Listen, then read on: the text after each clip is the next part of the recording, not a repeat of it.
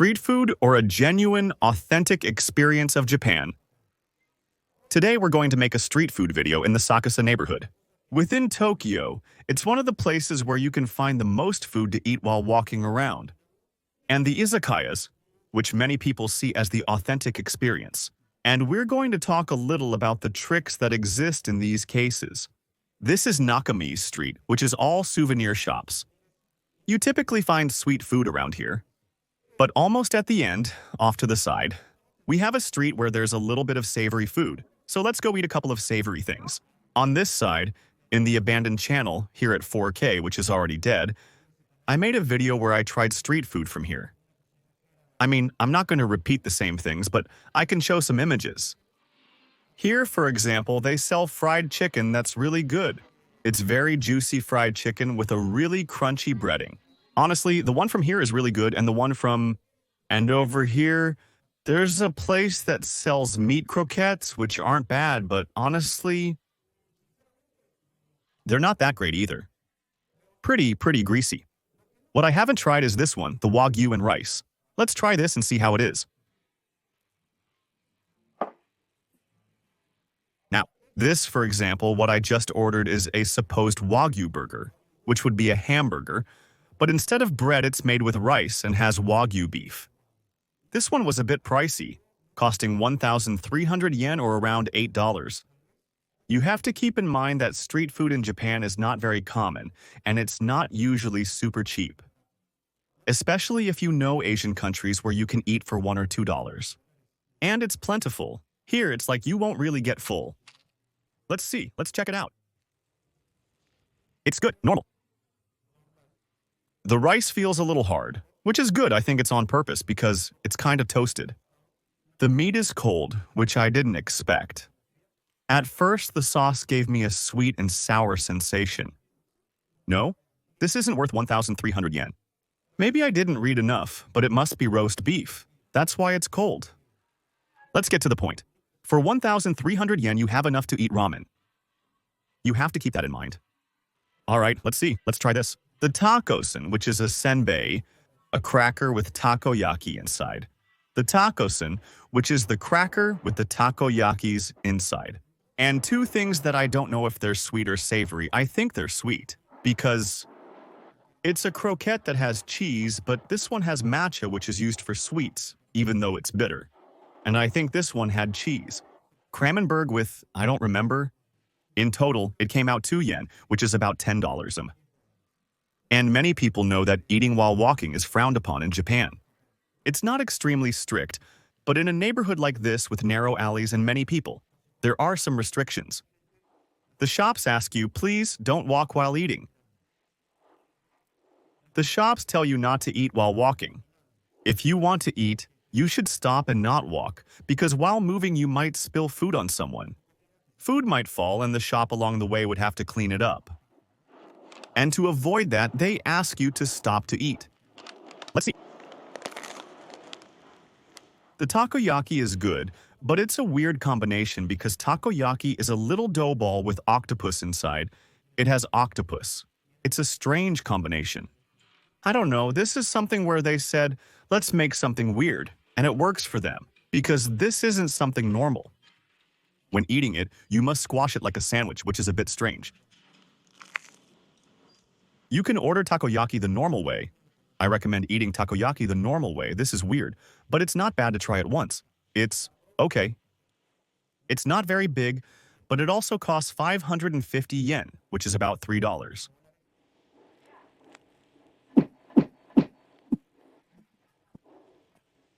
The powdered sugar. It's just that when you breathe in the powdered sugar they put on it, you breathe it in and it gets into your lungs. Let's see. It's a strange combination of anko, which is the sweet bean paste, with cheese. And is it sweet or salty? A bit of both. I liked it. It's something different. It's a strange contrast. I liked it.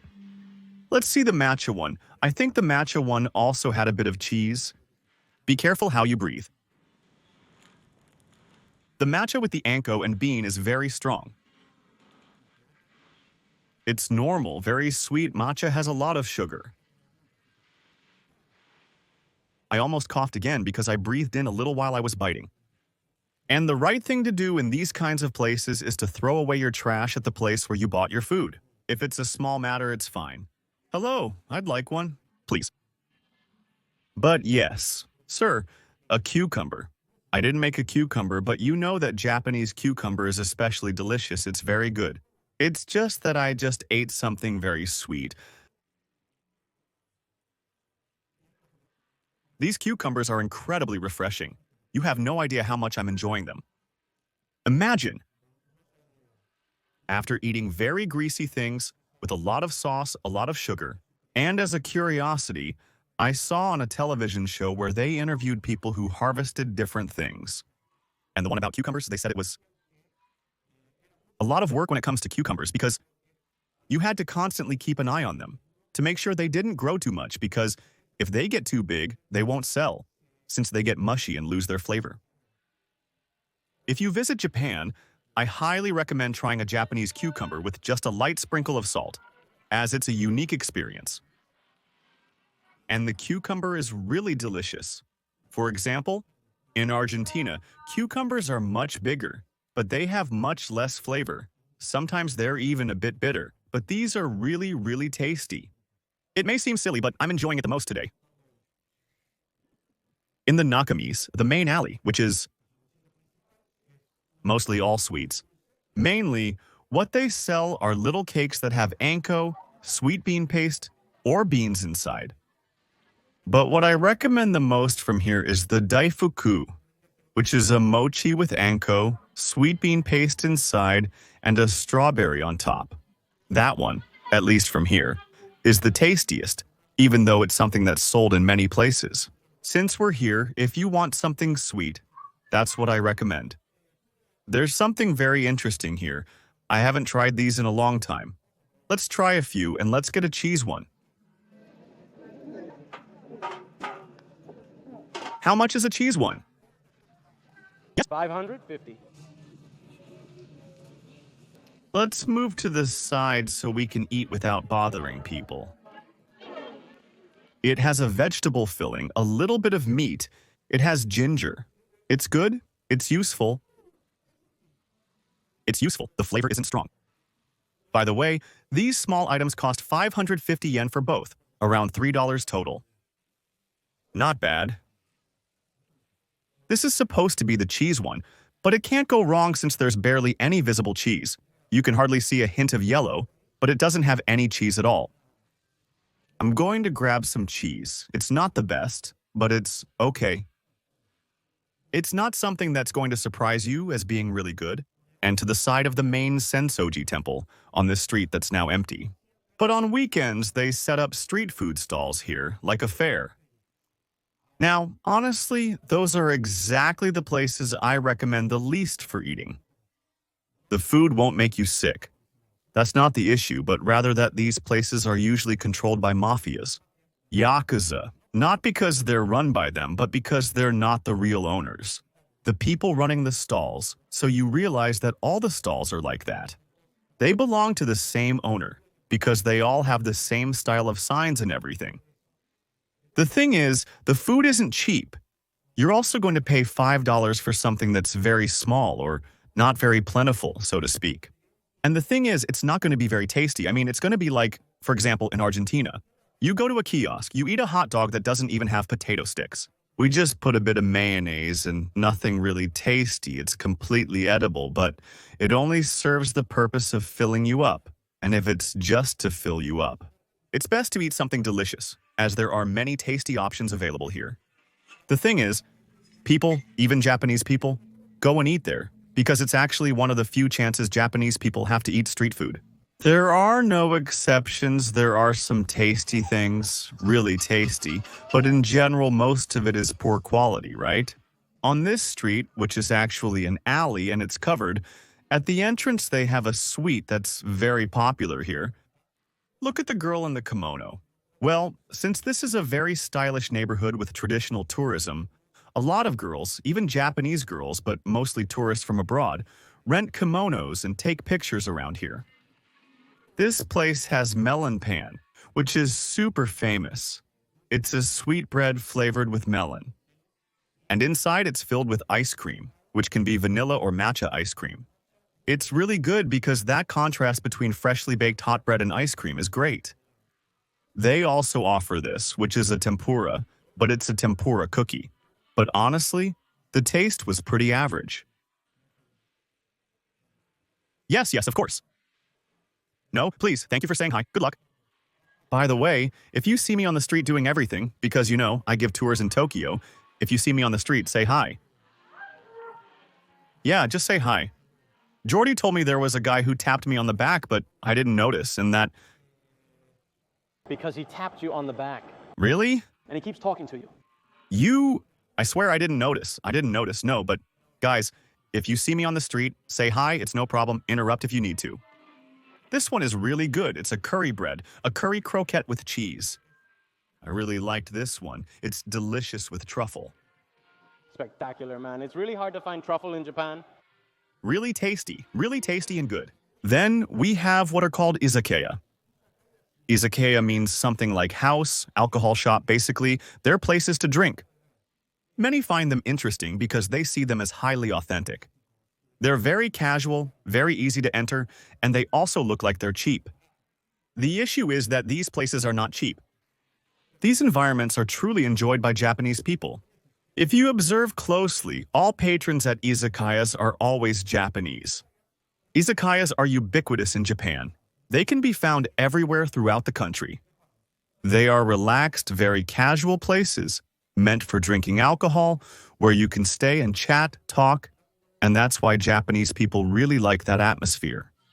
But these are places that sometimes even have offers at the entrance, like, I don't know, 100 yen or $1 for a beer, for example. But they end up charging you for many other things later on. Well, we're going to go to one now so you can get an idea. We'll order the izakaya minimum, 1 drink and 2 dishes per person. 2 dishes may seem like a lot. You'll see. First, what do we have? Lemon sour? Let's say this is kind of Japanese because it has shochu, which is a distilled spirit from... Normally, they use wheat shochu for these drinks with soda and a bit of lemon syrup. And then, well, cordy. A cocoa highball, which would be a Coca-Cola highball, that's Coca-Cola with whiskey. The beer costs 650 yen. The Coca highball, 700 yen is about $4. And something that all izakayas have is the otoshi service.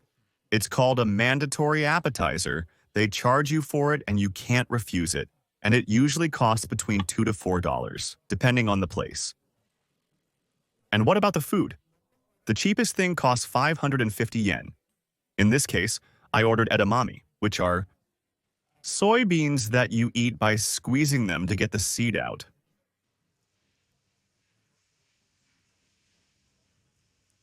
It's addictive. It's good. A little bit of negatoro, which is a very soft part that's scraped out with a spoon. This is in many sushi dishes. Let's see, what izakayas have is that they have a lot. So what it is? Sashimi, some fried things, all small dishes, little appetizers. The easiest way to recognize an izakaya is if they have pictures of skewers and alcohol. If it has skewers and alcohol on the same sign, that's it. It's an izakaya. It's the least family-friendly place you can go because they're places where you can usually smoke. Some don't. And they're not usually very cheap, let's say. But what happens? It's a relaxed atmosphere. People like it. Honestly, my wife and I go to izakayas from time to time because sometimes they have dishes that aren't very typical in other restaurants. In this case, what they gave us as otoshi, which varies a lot depending on the place, they gave us menma, which is basically baby bamboo shoots. Here in Asakusa, a popular tourist area, the izakayas are quite basic in comparison. But the cool thing is that sometimes, when you find very specific izakayas that have here and there a special little dish, which is small, but it's especially delicious. I mean, the thing about these places is that you order several dishes. If, for example, you get together with friends to go out for drinks, they say, well, let's go to an izakaya. Because it's the easiest, there's a lot of variety, there's plenty to choose from. Well, and the bill was 3,350 yen. $20, a little more than $20. But that was just consuming the minimum. 2 drinks and 2 small appetizer plates with 3,350 yen. Easily 2 people. Eat, as you may have seen in the fast food chain video, and there 2 people spend 2,000 yen. I mean, but, well, look, the thing is that there, you can get full. This is not a place to fill yourself up if you come here hungry. And it's easy to spend $30 per person, and even more if you have several drinks, but, well, that's the business. And another thing is that, for example, these places have a catch that you can often find places with, for example, a sign with an offer that says beer for 200 yen, and you go in and maybe it's just for happy hour, or maybe only the first drink, or it could be that beer is always 200 yen. But you definitely have to order 2 dishes, and each dish costs you 700, 800 yen, and you end up spending quite a bit. That's the thing. The thing is, these places never lose, obviously. For example, at the last place, they asked us to order at least 1 drink and 1 dish per person, mandatory. The size of that M taco, which is a cookie with a grilled octopus, is such that it ends up just like a cookie. Subscribe. It's been a while since I asked you to subscribe. Hit subscribe, leave a comment, good vibes. Right in front of the Tobu Company's Asakusa station. That's good. Down below is the subway line, which is what people usually use to get to this neighborhood. I don't know if any of you have seen the movie Perfect Days. It's a really nice movie, a relaxing film where nothing much happens, there aren't any really tense moments in the movie.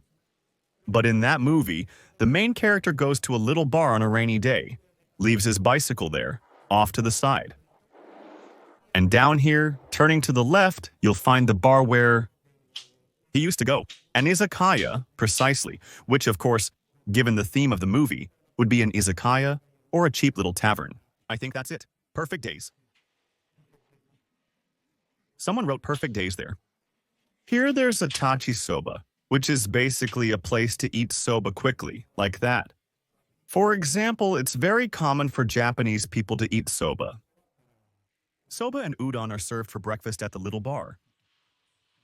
Oh, let's see if there's space. But anyway, this is the place that's right next to the subway entrance. Yeah, let's see. There's space at the counter.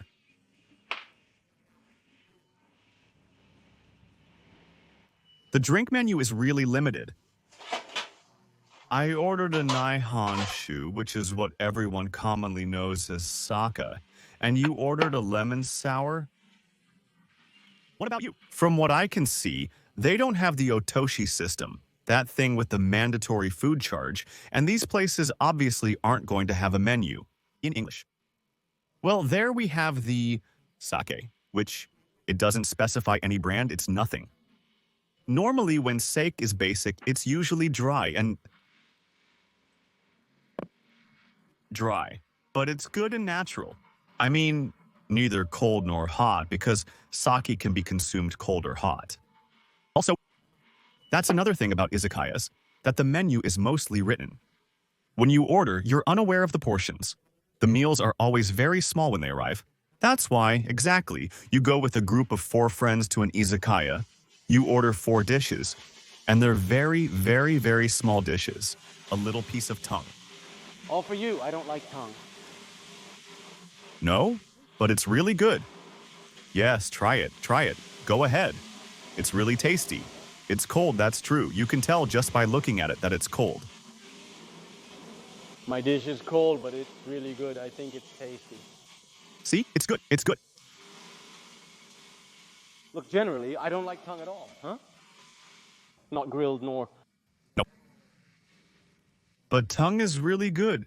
It's delicious. That's the charm of these little izakayas. They always have it. The dishes are small portions, they're expensive, but depending on what you order, if you don't get something extremely basic, they have special flavors. They have their own touches. This is something very typical of izakaya, which is a pea that comes with a bit of tofu, a bit of konyaku, which is a vegetable jelly, and, well, beef, onion with a lot of fat. Onion.